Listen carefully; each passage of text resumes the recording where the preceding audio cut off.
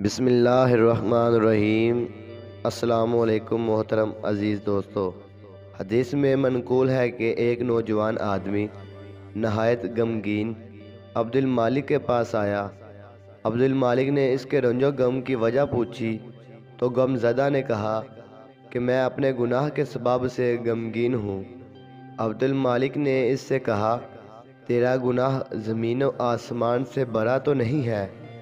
اس نے کہا، بڑا ہے۔ پھر عبد المالک نے کہا، تیرا گناہ عرش سے بڑا تو نہیں ہے؟ اس نے کہا، اس سے بھی بڑا ہے۔ عبد المالک نے کہا، تیرا گناہ بڑا ہے یا اللہ تعالیٰ کی رحمت؟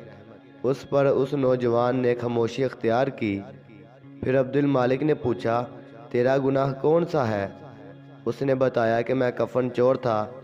5 قبروں کے مردوں نے مجھے توبہ پر آمادہ کیا۔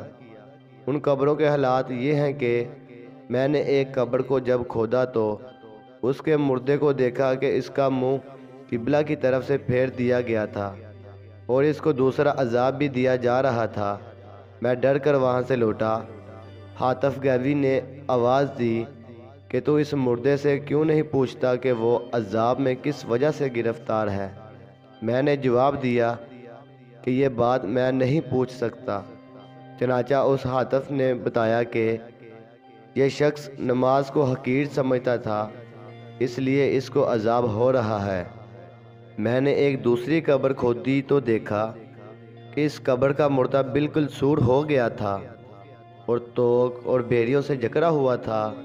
میں یہ دیکھ کر ڈر سے لوٹنے لگا۔ حاتف غیبی نے پکار کر مجھ سے کہا، تو اس مردے سے عذاب کا سبب کیوں نہیں پوچھتا؟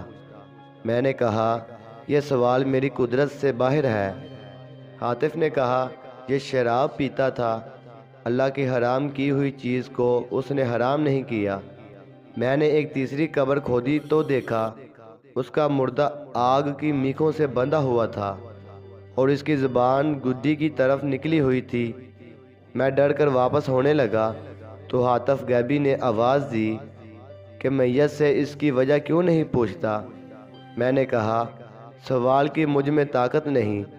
اس نے کہا، یہ لوگوں کے مال دبانے کی کوشش کرتا تھا۔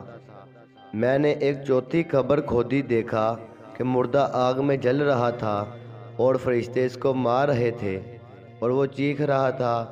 میں ڈر کر واپس ہونے لگا۔ حاتف غیبی نے آواز دے کر کہا کہ تو مردے سے اس عذاب کی وجہ کیوں نہیں پوچھتا؟ میں نے کہا، سوال کی مجھ میں قوت نہیں۔ حاتف نے بتایا کہ یہ جھوٹا شخص تھا اور جھوٹی قسمیں کھایا کرتا تھا۔ میں نے ایک 5ویں قبر کھودی تو دیکھا کہ فرشتے اس مردے کو آگ کے ستون سے مار رہے تھے اور مردہ خوب چلا رہا تھا۔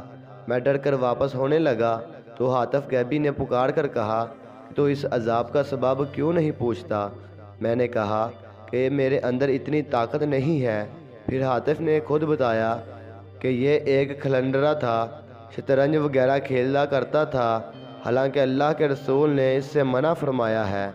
مطلب یہ ہے کہ قبر کا عذاب دل، آنکھ، کان، زبان، پیٹھ، ہاتھ، پاؤں، سارے بدن کے گناہوں کے سبب سے ہوتا ہے اور ان اعضاء سے جو نیک کام ہوتے ہیں ان پر اجر ملتا ہے۔